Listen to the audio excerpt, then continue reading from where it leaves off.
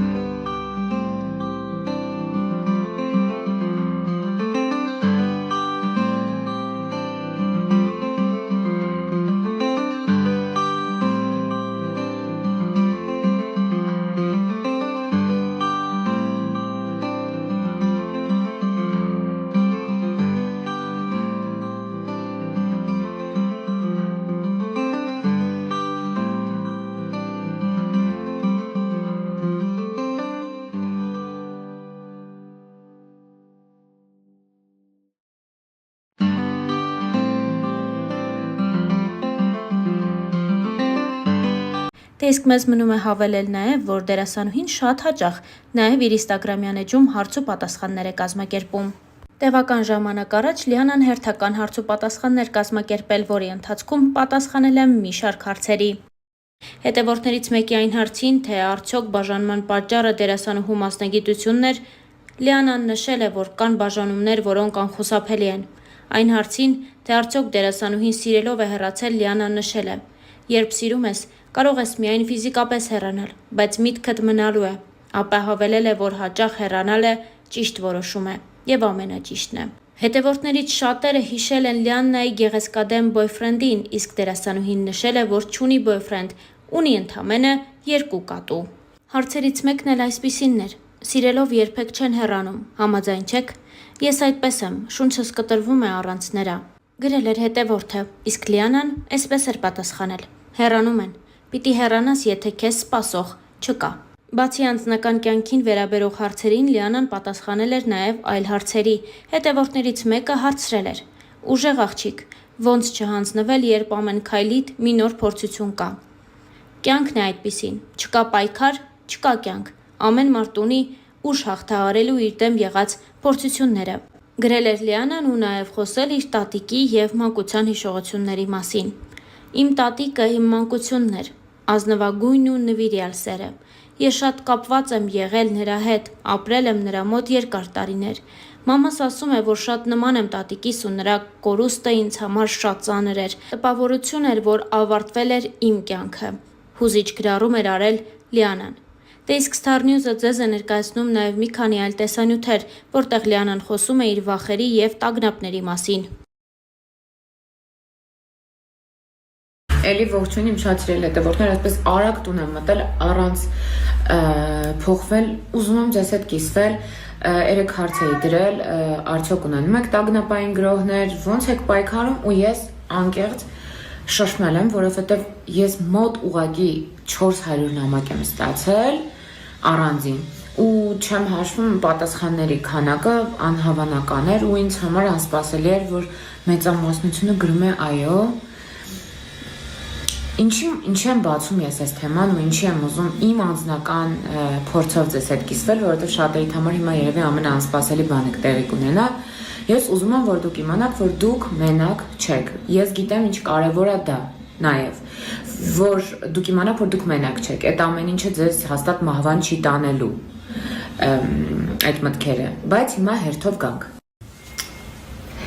Ինչ որ ես հիմա կասեմ, դուք երևի երբեք չեք մտածի, որ այդպիսի բան ինձ հետ կարող էր տեղի ունեցած լինել։ 3 տարի առաջ ես առաջին անգամ ծանոթացա տագնապային գրող ասվածի հետ։ Ես խայտառակ ստրես եմ տարել, որովհետև ես չէի գիտեի այդ երևույթը ինչ է, երբևիցե չէր եղել մինչև այդ իմ կյանքում։ Բնականաբար ես մտածեցի, որ ես խելքս թռցնում եմ երևի կամ գժվում եմ ու նմանատիպ մտքեր, որոնք ավելի խորացրեցին իմ վիճակը։ Փառք Աստծո, իմ կողքին հրաշալի ընկերներ ունեմ ու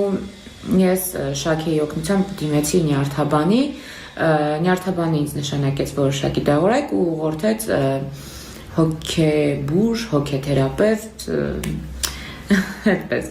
Ես սկսեցի գնալ մի վախեցեք հոգեբուժ բառից։ Իդեպ ուզեցի այդպես անցնեմ ու հասկացա, որ դուք վախենում եք այդ բառից, բոլորս։ Ես էլ էի վախենում։ Ցավոք սրտի մեր հասարակության մեջ որ մարդիկ որոշակի մասա կա, որ մտածում են, որ եթե դու հոգեբանի մոտ ես գնում կամ հոգեբուժի, ուրեմն դու խելագարվել ես։ Գիժա, գժի բժիշկ։ Ցավում եմ, որ այդ մտածելակերպը կա, դա անգրագիտության այդ բանն է, մարազմն է, որովհետև մասնագետներ կան, որոնք կարող են մեզ օգնել ու տվյալ պարագայում ես ուղղորդվել եմ թերապիայի, ուղղորդվել եմ դեղորայքի, որովհետև երբ որ մենք աչքաթող ենք անում խնդիրը կարող է հասնել ինչ-որ ողբերգության։ Բնականաբար որոշակի վարժություններ, շնչառական վարժություններ, որոնք ես անում էի, ես դուրս եկա այդ վիճակից, շատ վատ եմ եղել, անկյաց դա կովիդից հետո էր, պատկերացրեք չեմ կարող բացատրել ինչ տոտալ անհանգստություն էր իմ մեջ, հիմա որ պատմում եմ, էլի զգում եմ այդ ամեն ինչը։ Թերապիան շատ է օգնում, շատ,